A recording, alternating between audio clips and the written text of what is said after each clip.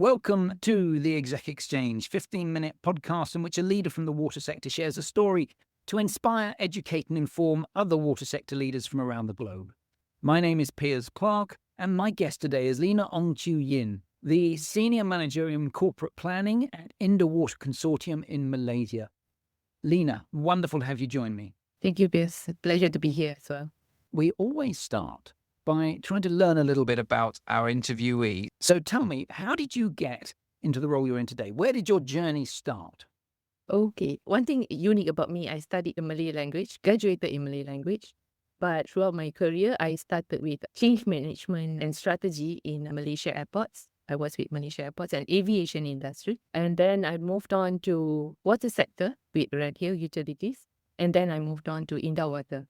So my journey with the water industries has been about 5 to 7 years and change management for the past 10 years. Excellent. So there's two questions that I have to ask. You studied languages and then at some stage when that's not for me. How old were you when you went, that's not for me, I'm going to do something different? I graduated when I was 23. I thought I'm going to be an editor, but I didn't. I landed a job with DHL and then I was in customer service. And then I moved on to a different role. So that's where I am right now.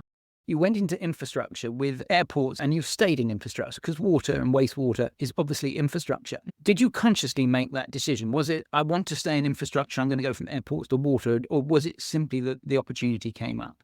The opportunity came up and the role that was offered to me was a new role. I started to be involved with sustainability. So I think that's a unique role that I want to be in. So here I am today. Excellent. All right. Now, Indah Water Consortium, IWK, the consortium spelt with a K, is the only wastewater provider in Malaysia. Have I got that right? Yes, Indah Water is the monopoly in a way. We manage the West Malaysia, Labuan, except for Sabah and Sarawak. So we serve a connected population equivalent of about 32 million and 1.4 million septic tanks. Okay. Now, for people who aren't familiar with the geography of Malaysia, just give me a bit of colour as to those bits that you said you didn't serve. Where are they? On the Borneo side. On the Borneo side. And it's just wastewater, or is it drinking water as well? No, just wastewater. 32 million people, the main, maybe not quite national, but you are the main supplier of wastewater services to Malaysia. Wonderful. Now, the main topic we're talking about today is the fact that through the Asian Development Bank's Water Operators Partnership Programme, IWK has been a mentor, which means that you have been acting as the grown-up, the parent, the teacher in a relationship with another utility. Now, I'd like you to share with me what you were doing, what it is that you were supporting and teaching around, and who it was that you were teaching. Okay, we were given the opportunity to mentor Baguio City Environmental Parks and Management Office. They are located in Philippines. They are more famously known as the City of Pines. If you would like to Google that up, they're on the highland side. Pines as in pine trees. Yes, a very good area if you would like to go there one day, Piers, for your holiday. We were given the opportunity to actually share in terms of capacity building management, in terms of enhancing their capacity and knowledge in terms of wastewater and septic management. We had an opportunity to meet them, had comprehensive diagnostic visit with them, a session of 1 week. So you went to them or they came to you? The approach is we go to them first and they do have a reciprocal visit to Malaysia. The program lasts for about 3 times of a visit. It's a 1-year program, very intensive. Okay, so there's 2 visits. You going to them one time, you go to them first, and they come to you to build upon it. And the marriage between the two of you was facilitated by the Asian Development Bank? Yes. And so what does that mean? Does that mean that they went to the Asian Development Bank saying, these are our problems, can you connect us with an appropriate utility? Or had you already got a dialogue going? We were approached by the Asian Development Bank. Matchmaking was done by the Asian Development Bank. Talk me through these visits. So when people turn up, how structured is it? How do you get down to actually providing meaningful support? How do you make sure that those visits are going to provide something that really changes people's lives? That's a good question, Piers, because we wanted to go beyond papers. So when this partnership started, the diagnostic visit was the key. We went there, spent a lot of time on the ground with them and all that. So after 1 week, we established 5 focus areas that is really going to bring impact to them. The 5 focus areas are basically the development of SOP, standard operating plans, for their network and also process monitoring, because they do not have that in place. And then we spoke about energy efficiency and management, because in Indah Water, we have an expert in that. Beyond all these technical enablers, we are looking into human in terms of competency. We realized that they do not have that in place as well. So we were looking into competency management. And lastly, that we find it important as well, stakeholder management. So 5 focus areas that we work with them across 1 year, and we see positive results. I want to just come back to this because I'm fascinated by this idea that Indah Water Consortium, you weren't being paid to do this. You were doing this out of the sort of corporate duty to help improve the water sector. And you set aside some of your key experts, some senior people, got on a plane and spent a week delving into another utility's problems. Have I got that right? Yes, you're right. Wonderful. Now, how long was it before they came to you for the follow-up visit? We went there back in September 2023, and they came for a reciprocal visit in November 2023.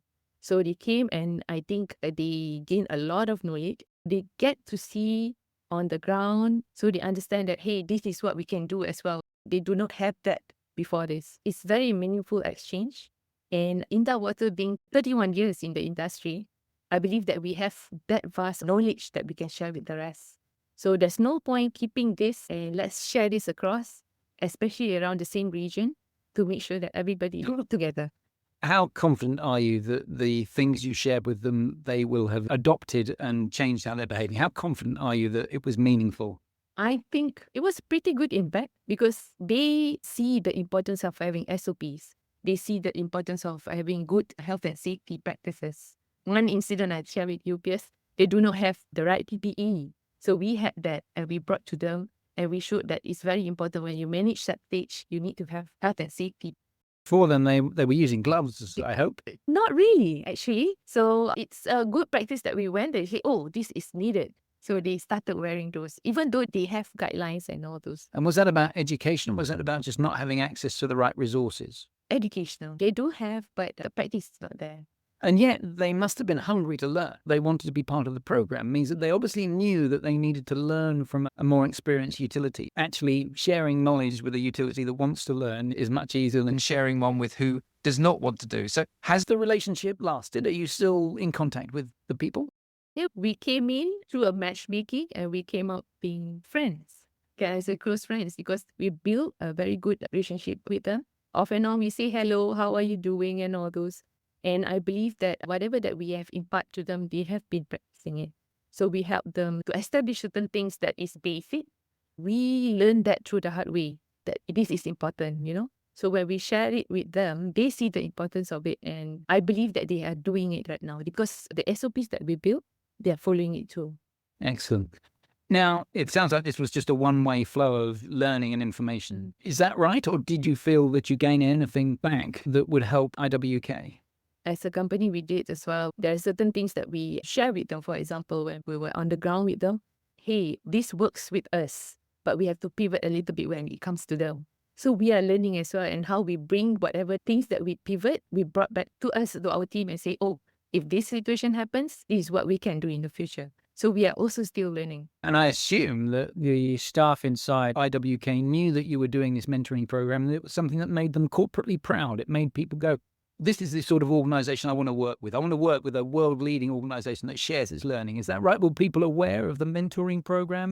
Yes, we've gotten a very good support from the management team. And for those who came with us, the subject matter experts, they know that this is beyond their duty. Not just sharing or imparting their knowledge and expertise within the Indah Water family. It's about living it to the rest. Brilliant. We always finish these podcasts with a slightly cheeky question. If you could go back 20 years, what advice would you give a young Lina? 20 years is a good time for a young Lina to decide. What I would say is choose the right career from the start. Younger Lina, whatever degree that you have accomplished, you can always end up changing. Like for me, I discovered sustainability at a later stage, but if I started early, then I would have done a lot more to help with the other companies and all those. And do you think that's the advice your parents would have given you? My parents would say that just be a good person. Education is very important to them, as long as I do not deviate from others. Brilliant. Thank you very much. You have been listening to the Exec Exchange with me, Piers Clark. And my guest today has been Lina Ong Chiew Yin from Indah Water Konsortium, and we have been talking about the Asian Development Bank's mentoring program. I hope you can join us next time. Thank you.